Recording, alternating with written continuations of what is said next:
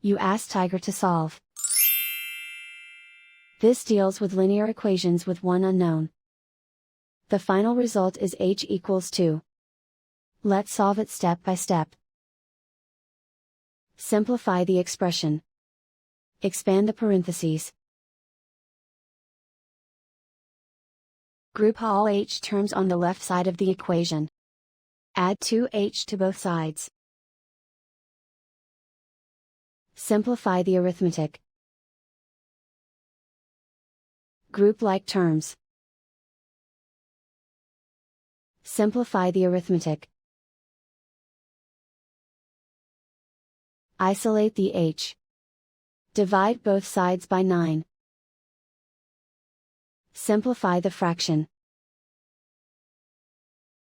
Find the greatest common factor of the numerator and denominator.